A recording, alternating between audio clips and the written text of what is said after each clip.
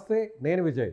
కాశ్మీర్లో జరిగినటువంటి ఉగ్ర దాడిని ప్రతి ఒక్కరు కూడా తీవ్రంగా ఖండిస్తున్నారు. కుల మతాలకు అతీతంగా అందరూ కూడా ఏకతాటిపైకి వచ్చి ఈ దాడిని ఖండిస్తున్నటువంటి పరిస్థితి ప్రస్తుతం దేశంలో నెలకొందనే చెప్పాలి. అయితే ఇప్పుడు కొద్దిసేపటి కిందట రక్షణ శాఖ మంత్రి రాజ్నాథ్ సింగ్ మీడియాతో మాట్లాడుతూ ఈ ఉగ్ర దాడి వెనక ఎవరున్నా కూడా ఖచ్చితంగా వారిని వదిలిపెట్టే ప్రసక్తి లేదు. భారతదేశాన్ని ఎవరు కూడా ఇలాంటి దాడుల వల్ల భయపెట్టలేరు. ప్రపంచం అంతా కూడా ఆశ్చర్యపడేలా ప్రతీకారం ఉంటుందని ఆయన చెప్పుకొచ్చారు. దీని గురించి డిస్కస్ చేద్దాం. అసలు ఉగ్రవాదులు దాడులు చేయడాన్ని ఎలా ఖండిస్తున్నారు ముస్లిం మత పెద్దలతో మాట్లాడే ప్రయత్నం చేద్దాం. మనతో పాటున్నారు ముస్లిం మైనార్టీ లీడర్, అలాగే మైనార్టీ హక్కుల పరిరక్షణ సమితి అధ్యక్షులు ఫరూక్ షుబ్లీ గారు. ఫరూక్ గారు నమస్తే అండి. నమస్తే అండి. ఫరూక్ గారు, ఈ దాడి ముఖ్యంగా హిందువుల్ని టార్గెట్ చేసుకొని చేశారు. హిందువా కాదా అనేటువంటి విషయం కన్ఫామ్ చేసుకున్న తర్వాత వాళ్ళ ఐడి కార్డ్స్ని చూడడం, కొంతమందిని అయితే కొన్ని మీడియాలో మనం మాట్లాడినటువంటి సిచ్యువేషన్ అక్కడ జరిగింది. సో ఇలాంటి దాడులు జరగడాన్ని మీరు ఎలా ఖండిస్తారు? మీరు దీని గురించి ఏం మాట్లాడతారు? దీనికి ఎటువంటి పదాలు కూడాను సరిపోవు. ఏ విధంగా కూడాను దీనికి ఖండించాలంటే కనుక అది ఎవరిపై అయితే జరుగుతుందో వారికి మాత్రమే ఆ యొక్క బాధ ఏంటని తెలుస్తుంది. కానీ సాటి మన భారతదేశ పౌరులు వారిపై జరిగినటువంటి ఈ అటాక్ అత్యంత క్రూరాతిక్రూరమైనటువంటి చర్య. ఇది ఒక రకంగా చెప్పాలంటే పిరికి పంద చర్య అండి. ఇందులో అటువంటి అనుమానం లేదు. ఈ రోజున మీరు ఇందాక నుంచి మాట్లాడుతూ అనేకమైనటువంటి టీవీ ఛానల్స్ కానివ్వండి, ప్రతి చోట కూడా జరుగుతున్నటువంటి డిస్కషన్ ఏంటంటే ఒక మతం ఆధారంగా ఇటువంటి చర్యకు పాల్పడ్డారు అని చెప్తుంటే, నేను అదే మతానికి ఫాలో చేసేటటువంటి వ్యక్తిని. అంటే ఇప్పుడు మనం ముసుగు తీసేసి మాట్లాడితే కనుక నేను ఐఎమ్ ఏ ప్రాక్టీసింగ్ ముస్లిం. నేను ఏదైతే మతాన్ని నేను ఆచరిస్తున్నానో ఆ మతం చాలా స్పష్టంగా నాకు ఇస్తున్నటువంటి ఉపదేశం ఏంటంటే, ఒక మనిషిని అన్యాయంగా హతమార్చడం సమస్త మానవాళిని హతమార్చడమే అని చెప్పేసి చాలా స్పష్టంగా తెలియజేస్తుంది. నంబర్ 1. నంబర్ 2, ఎవరైతే పర్యాటకులు ఉన్నారో, ఎవరైతే సివిలియన్స్ ఉన్నారో వారిపై దాడి చేయమని చెప్పేసి ఎక్కడా కూడాను ఇస్లాం ఎక్కడ కూడాను మీకు అవకాశం కల్పించదు. వీళ్ళు ఎవరైతే ఈ దాడికి పాల్పడ్డారో, నువ్వు హిందువా ముస్లింవా అని చెప్పేసి ఎవరైతే వీడు చంపాడో వాడే ముస్లిం కాదండి. Is not a Muslim. Is absolutely not a Muslim. ఈ మాటని మీరు ఎవరితో అయినా కానీ మీరు అనిపించుకోవచ్చు. ఎందుకంటే ఒక అభంశుభం తెలియనటువంటి వ్యక్తులు వారు పర్యాటక కేంద్రానికి పర్యాటకుల్లాగా అక్కడికి వెళ్తే మా నార్మల్ సివిలియన్స్ పై దాడి చేయడం ఏంటంటే ఎంత సిగ్గుమాలిన చర్య అనేది. ఈ రోజు నిజంగా నాకైతే చాలా సిగ్గేస్తుంది. ఈ రోజున మనం 2025లో బతుకుతూ ఈ రోజు హిందువుల్ని చంపారు. చంపింది హిందువులు అని చెప్పేసి మనం చెప్తున్నాం సార్. కానీ ఇక్కడ గమనించాల్సినటువంటి అంశం ఏమిటంటే, అక్కడ చంపింది హిందువులు 28 మంది చంపబడ్డారంటే కనుక నాకు తెలిసినంత వరకు జమ్మూ కాశ్మీర్ లో ఉన్నటువంటి ఎంత మంది అయితే పౌరులు ఉన్నారో, మరీ ముఖ్యంగా కాశ్మీర్ లో ఎంత మంది అయితే పౌరులు ఉన్నారో వారు అందరూ కూడాను చచ్చిపోయినట్టే. అదేంటంటే అంత పెద్ద స్టేట్మెంట్ ఎలా ఇస్తారు అని చెప్పేసి. ఈ రోజున వారి యొక్క ఏదైతే లైవ్లీహుడ్ ఉందో ఆ లైవ్లీహుడ్ ఆధారపడేది దేనిపై అండి? టూరిజం మీద ఆధారపడతారు. టూరిజం మీద 99% టూరిజం పై ఆధారపడుతుంది. అటువంటి టూరిజం పై జస్ట్ ఇప్పుడు కాస్త ఆర్టికల్ 370 తర్వాత ఇష్యూస్ అన్ని కూడాను కుదరపడి ఇప్పుడు పర్యాటక కేంద్రంగా బాగా అభివృద్ధి చెందుతూ ప్రతి ఒక్కరు కూడా అక్కడికి వస్తున్నారు. 4 రూపాయలు వాళ్ళు సంపాదించుకుంటున్నారు. ఇటువంటి తరుణంలో వాళ్ళ కాళ్లపై వాళ్లే కొట్టుకుంటారా? ఇది ఒక పెద్ద ప్రశ్న సార్. ఇది నంబర్ 1. నంబర్ 2, ఎవరైతే వీరు హిందువుల్ని కోరి మరి చంపారంటున్నారో అదే హిందువుల్ని ఎవరైతే చంపారో అక్కడ కాపాడిన వాళ్ళందరూ కూడా ముస్లిం. నేను చెప్పదలుచుకుంది ఏంటంటే, ఒకడు చేసిన తప్పుని తీసుకొచ్చి మొత్తం సమాజంపై అంటకట్టే ప్రయత్నం ఇది ఏమాత్రం కూడాను సమంజసం కాదు. వాడు చేసింది తప్పు. ఆ లఫంగిగాడు, ఆ నీచ్ కమీన్ కుత్తేగాడు ఎవరైతే ఉన్నాడో వాడిని ఎవరైతే ఉన్నారో వాళ్ళందరినీ కూడాను ఏరి మరి వాళ్ళని నుంచోపెట్టి మీరు బహిరంగ ఉరి తీసినా కానీ తక్కువే అంటాను నేను. ఎందుకంటే మీరు ఏమైనా అనుకోండి, రాత్రి ఒక్క క్షణం కూడా నిద్ర పట్టలేదు అంటే అదేదో నింద మాపై వేస్తారు, మీడియాలో కూర్చొని మాట్లాడాలి, దీని గురించి కాదండి. వాళ్ళు ఏం చేశారు, వాళ్ళ తప్పేంటి వాళ్ళది? సరే, ఇదంతా ఒక ఎత్తు సార్. 2000 మంది పర్యాటకులు అక్కడ ఉన్నప్పుడు మీ యొక్క సెక్యూరిటీ సిస్టమ్ ఏంటండి? దీని గురించి ఎవరు సమాధానం చెప్పాలి? ఇంత పెద్ద వ్యవస్థ, ఇంత పెద్ద రాడార్ వ్యవస్థ కూడా మాకుంది.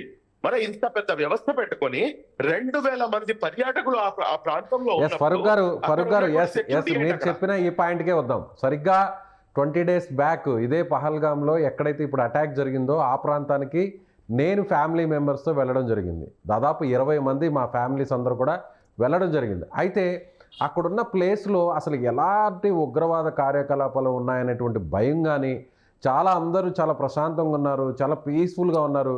ఎక్కడైనా ఏ వైపు నుంచైనా ముప్పు పొంచుకొస్తుందనేటువంటి ఎలాంటి హెచ్చరికలు లేవు. చాలా సాధారణ జీవితం ఉందక్కడ. అలాగే అక్కడున్నటువంటి కశ్మీరియన్స్ అందరూ కూడా 99% ముస్లిమ్సే ఉన్నారు. వాళ్ళందరూ కూడా టూరిస్టులని ఎంత గౌరవంగా చూస్తున్నారంటే అక్కడ ఎక్కడా కూడా హిందూ, ముస్లిం అనేటువంటి ఒక డిఫరెన్సే లేదండి. ఒకరికొకరు గౌరవిస్తున్నారు. టెంపుల్స్ దగ్గర ఆపుతున్నారు. అలాగే అమర్నాథ్ యాత్ర గురించి కూడా ఇక్కడి నుంచే స్టార్ట్ అవుతుందని వెహికల్ ఆపి మరి అందరూ కూడా వివరిస్తున్నారు. కానీ ఉగ్రవాదులు నిజంగా కాశ్మీర్ కోసం ఇలాంటి ఉగ్రవాదం అని చెప్తున్నటువంటి వీరందరూ కూడా అక్కడ వారిని మీరన్నట్టుగా నిజంగా ఒక రకంగా పరోక్షంగా చంపేశారు. మీరన్నట్టుగా అంటే వారికి సంబంధించినటువంటి జీవనాధారాన్ని ఇంకా కోల్పోయే పరిస్థితి. దాదాపు 25-30% మంది ఇప్పటికే కశ్మీర్ ట్రిప్‌ని ముందుగానే ప్లాన్ చేసుకున్నటువంటి టూరిస్టులందరూ కూడా ఇప్పుడు రద్దు చేసుకుంటున్నారు. సో ఇక మీదట ఎవరు కూడా కశ్మీర్‌కి వెళ్ళేటువంటి పరిస్థితి, ఆ సాహసాన్ని కూడా చేయరు. సో దీని గురించి ఏమంటారు? సార్, దీని వెనకాల ఖచ్చితంగా పాకిస్తాన్ ఏదైతే ఆక్యుపైడ్ కశ్మీర్ ఉందో, దాని తర్వాత పాకిస్తానీ స్టూపిడ్ ఫెలోస్ ఎవరైతే ఉన్నారో వీళ్ళు పన్నినటువంటి పన్నాగంలో భాగమేది. ఎందుకంటే కశ్మీర్ కి ఎప్పుడైతే పర్యాటకులు రారో ఆటోమేటిక్ గా వాళ్ళు అనుకున్నది సాధించగలము అని చెప్పేసి వాళ్ళు అనుకుంటారు. కానీ మేము భారతదేశ పౌరులంగా, మేము కాశ్మీరీ సోదరులు ఎవరైతే ఉన్నారో, జమ్మూ కాశ్మీర్ సోదరులు ఎవరైతే ఉన్నారో వారందరికీ కూడాను బాసటగా irrespective of caste, creed and religion, we are Indian, మేము భారతీయులం అన్న ఒకే ఒక్క నినాదంతో వాళ్ళందరినీ కూడాను హక్కులు చేర్చుకోవాల్సినటువంటి అవసరం ఉంది.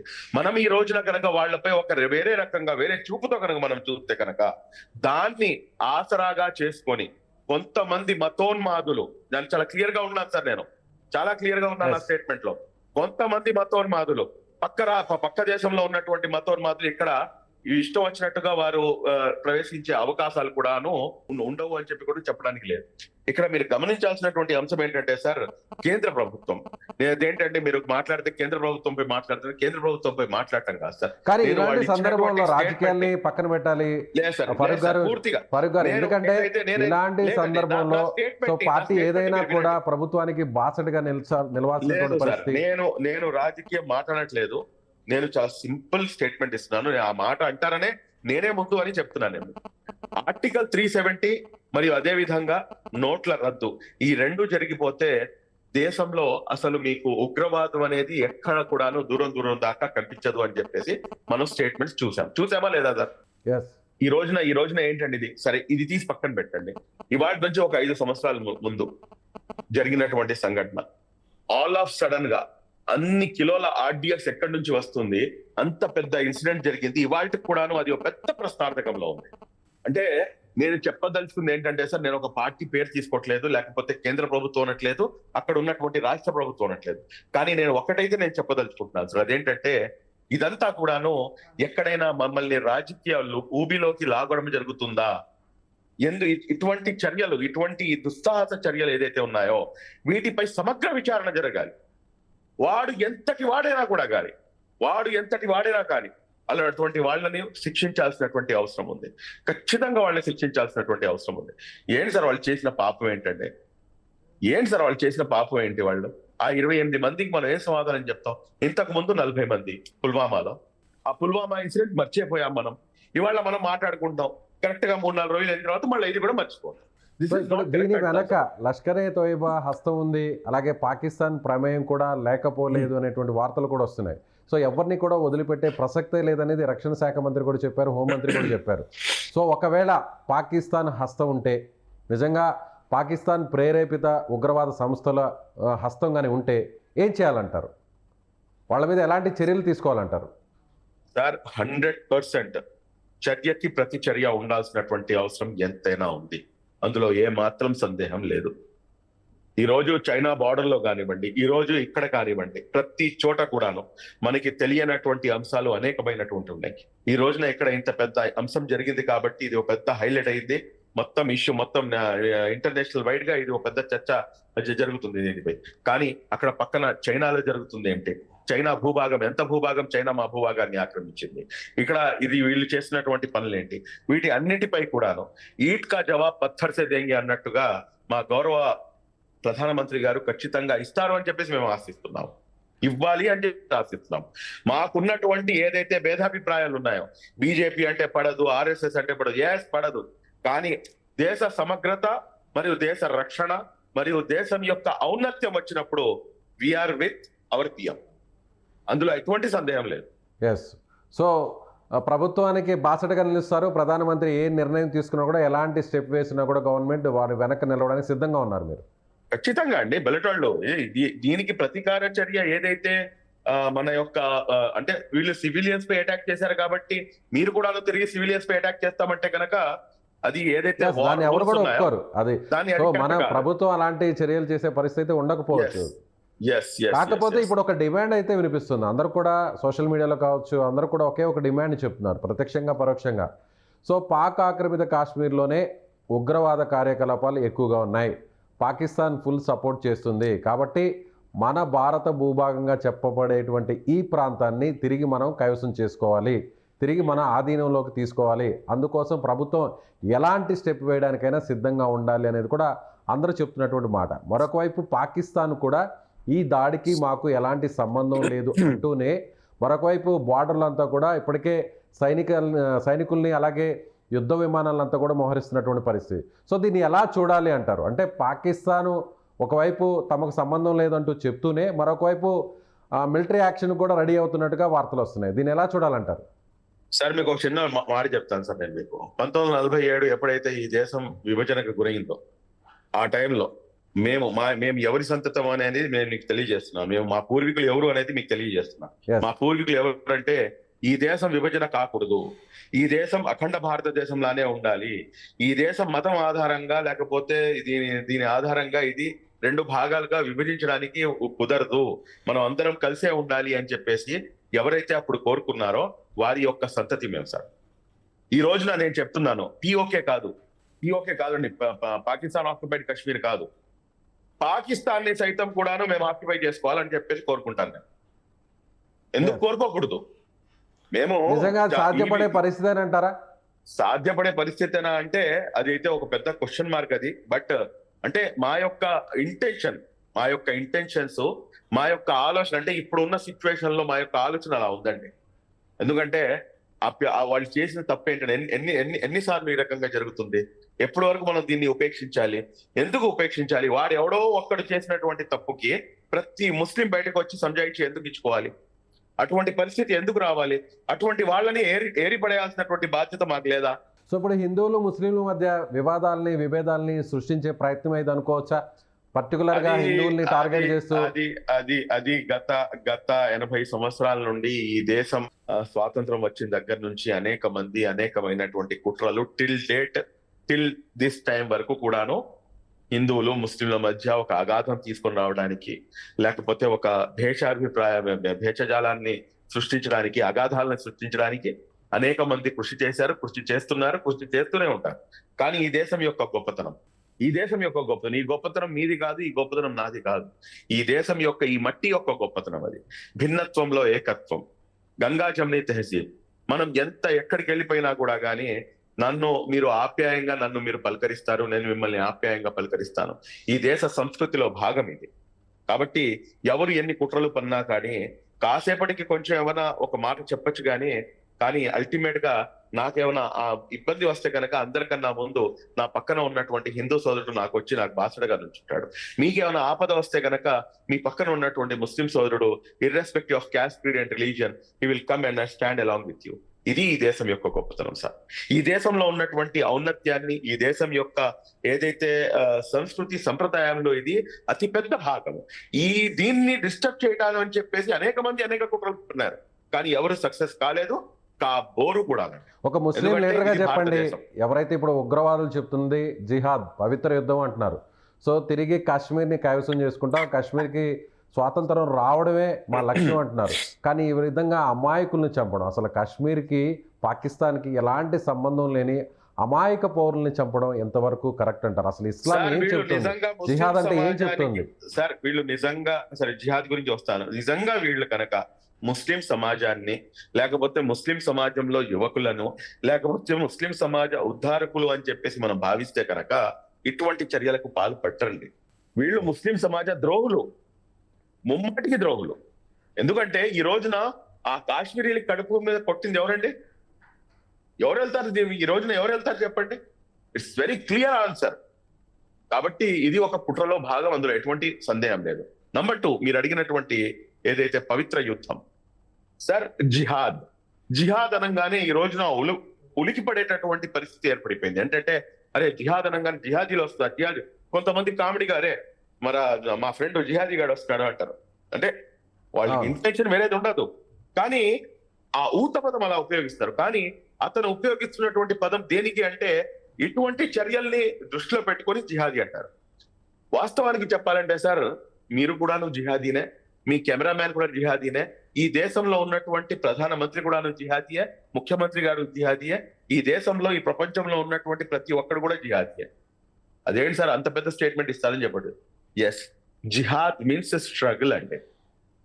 స్ట్రగుల్ చేయటం అంటే ఏంటి అనేది మన అందరికీ తెలిసింది. మీరు మీ పెళ్ళాం బిడ్డల్ని, లేకపోతే మీ కుటుంబ వ్యవస్థని, మీ కుటుంబాన్ని మీరు పోషించడానికి మీరు స్ట్రగుల్ చేస్తున్నారు.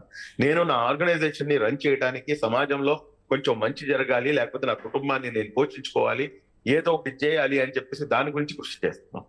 మీ ఇంట్లో ఉన్నటువంటి భార్య పిల్లలు, వాళ్ళ పిల్లల్ని బాగా చూసుకోవాలని చెప్పేసి, వాళ్ళు బాగా చదవాలని చెప్పేసి వాళ్ళు కృషి చేస్తారు, వాళ్ళు దానిపై స్ట్రగుల్ చేస్తున్నారు.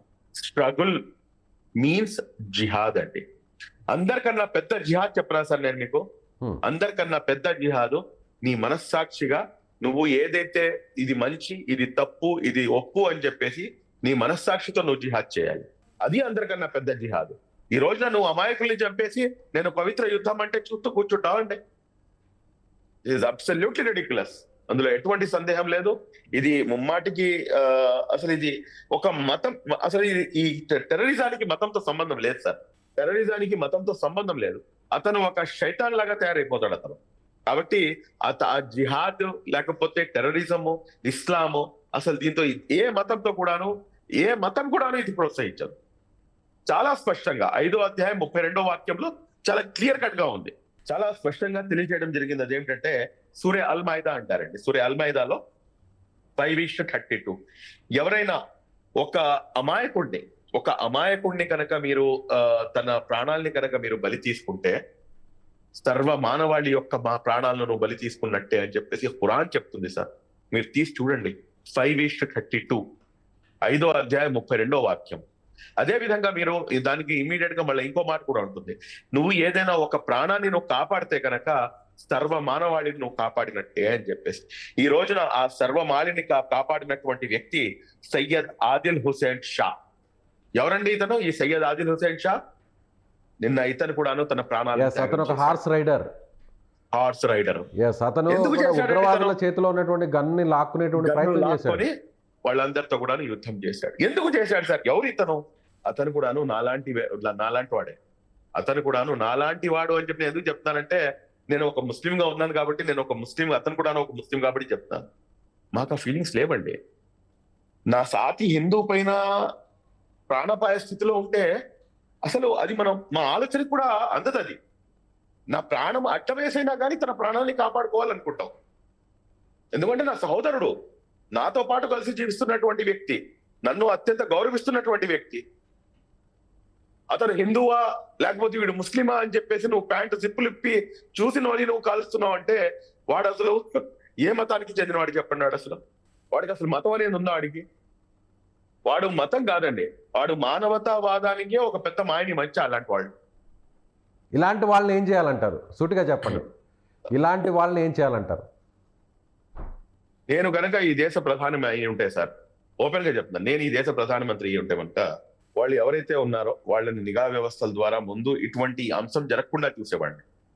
ఎందుకంటే నేనైతే చాలా క్లియర్ గా ఉన్నాను. ఇటువంటి అంశాలు జరిగిన తర్వాత ఎవరైనా కాలర్ ఎగరేస్తారంటే నేను ఇది చేస్తాను, ఇలా చేస్తాను, అది జరగకుండా చూడగలిగిన వాడే అందరికన్నా పెద్ద గొప్ప నాయకుడు అవుతాడు. నంబర్ 1. నంబర్ 2, సరే జరిగిందేదో జరిగిపోయింది, నేను బహిరంగంగా అతన్ని ఉరి తీస్తానండి. వాళ్ళు ఎంతమంది అయితే ఉన్నారో వాళ్ళందరినీ కూడాను, అదే కాశ్మీర్ లోయలో వాళ్ళందరినీ కూడాను బహిరంగంగా ఉరి తీస్తాను. అందరికీ కూడాను తెలియాలి మనం ఏం చేశామండి. మొన్న 40 మంది చనిపోయారు. మనం మీరు ఇవాళ నన్ను ఈ క్వశ్చన్ అడుగుతున్నారు, మీరు నన్ను అడుగుతున్నారు ఈ క్వశ్చన్. నేను మళ్ళీ ఏమైనా మాట్లాడితే మళ్ళీ రాజకీయం ఎందుకు సార్ అని చెప్పి అంటాం. కాబట్టి నేను ఆ విషయంలో వెళ్ళదలుచుకోలేదు. కానీ 5 సంవత్సరాల క్రితం పుల్వామాలో జరిగిన అటాక్, అందులో పూర్తిగా 40 మంది మొత్తం మా సోల్జర్సే కదండి వాళ్ళు ప్రాణాలు అర్పించేసింది. ఎస్ మా కోసం డే అనక నైట్ అనక వాళ్ళందరూ కూడాను వాళ్ళు అక్కడ ఉన్నారు కాబట్టి మేము ఇక్కడ సేఫ్ గా ఉన్నాం. అటువంటి 40 మంది ఆల్ ఆఫ్ సడన్ గా 100 కిలోల RDX ఎక్కడి నుంచి వచ్చింది? దానికి సమాధానం ఎక్కడుంది? వాళ్ళకి కూడాను మీ దగ్గర ఎక్కడుంది, నా దగ్గర ఎక్కడుంది, మీడియా దగ్గర ఎక్కడుంది? ఈ దేశానికి ఏం తెలుసు దాని గురించి? ఏం చేస్తారు అని చెప్పేసి ఈ రోజున మీరు అడుగుతున్నారు. నేనైతే బహిరంగంగా ఉరి తీయండి అంటాను. కానీ గతంలో జరిగిన వాటికి ఎవరైతే చేశారో వాడు హిందువా, ముస్లిమా, లేకపోతే ఉగ్రవాదియా, లేకపోతే ఏ స్టూపిడా, ఎక్సా, వైయా, జెడ్డా తీసుకొచ్చి ముందు నుంచోబెట్టండి. ఎస్ దానికి సంబంధించినటువంటి రివెంజ్ కూడా జరిగినటువంటి విషయం తెలిసిందే కదా. సో పుల్వామా దాడి తర్వాత సర్జికల్ స్ట్రైక్ జరిగింది, పాకిస్తాన్ భూభాగంలోకి వెళ్ళడం జరిగింది, ఉగ్రవాద స్థావరాలన్నింటినీ కూడా అక్కడ క్లీన్ చేయడం జరిగింది. సో దాని గురించి ప్రత్యేకంగా చెప్పాల్సిన అవసరం లేదు కదా అని మీరు భావిస్తున్నారు సార్. నా యొక్క భావన వేరే విధంగా ఉంది. అంటే ఎవరి పర్సెప్షన్ వాళ్ళది ఫరూక్ గారు. ఇప్పుడు మనం మాట్లాడాల్సినటువంటి అంశం ఏంటంటే ఇలాంటి సందర్భంలో మనమందరం కూడా ప్రభుత్వానికి బాసటగా నిలవాలి. ఇలాంటి ఇన్సిడెంట్స్ మళ్ళీ జరగకుండా, సో మన దేశంలో పౌరుల వైపు చూడాలన్నా, లేదంటే మన ఆర్మీ జవాన్ని టచ్ చేయాలన్నా కూడా భయపడే విధంగా మనం ఒక డెసిషన్ తీసుకోవాలి.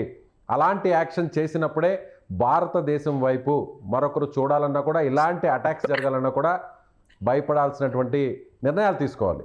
సో దానికి మనం ప్రభుత్వానికి ఒక పౌరుడిగా, ఒక జర్నలిస్ట్గా, మీరు ఒక ముస్లిం మత పెద్దగా, ఒక ముస్లిం మైనార్టీ హక్కులకు సంబంధించి పోరాడే లీడర్గా బాసటగా నిలబడాల్సినటువంటి అవసరం లేదంటారా? 100% ఉంది. నేను ఇందాక నా స్టేట్మెంట్ లో చాలా స్పష్టంగా చెప్పాను. నేను ఈ దేశ ప్రధాని ఈ సమయంలో ఎటువంటి స్టెప్ తీసుకున్నా కానీ వీఆర్ విత్ హిమ్ అన్డౌటెడ్ ఈ అంశంలో. Right sir, thank you so much Farooq గారు. ఇది ముస్లిం మైనార్టీ సంఘానికి సంబంధించినటువంటి నేత, మైనార్టీ హక్కుల పరిరక్షణ సమితికి సంబంధించినటువంటి అధ్యక్షులు ఫరూక్ గారు చెప్తున్న దాని ప్రకారం ఖచ్చితంగా ప్రభుత్వం ఎలాంటి నిర్ణయం తీసుకున్నా కూడా మేము సపోర్ట్ చేస్తాం. అవసరమైతే పాకిస్తాన్ని కూడా భారత భూభాగంలో కలుపుకునే విధంగా కూడా ప్రభుత్వం నిర్ణయం తీసుకోవాలి. అయితే ప్రభుత్వం కొన్ని ఎక్కడైతే ఫెయిల్యూర్స్ ఉన్నాయో కూడా వాటిని కూడా అధిగమించాల్సినటువంటి అవసరం ఉంది అని కూడా ఆయన చెప్తున్నారు. సో మీరేమనుకుంటున్నారు? ఖచ్చితంగా మీ అభిప్రాయాన్ని కామెంట్ చేయండి. Thank you so much.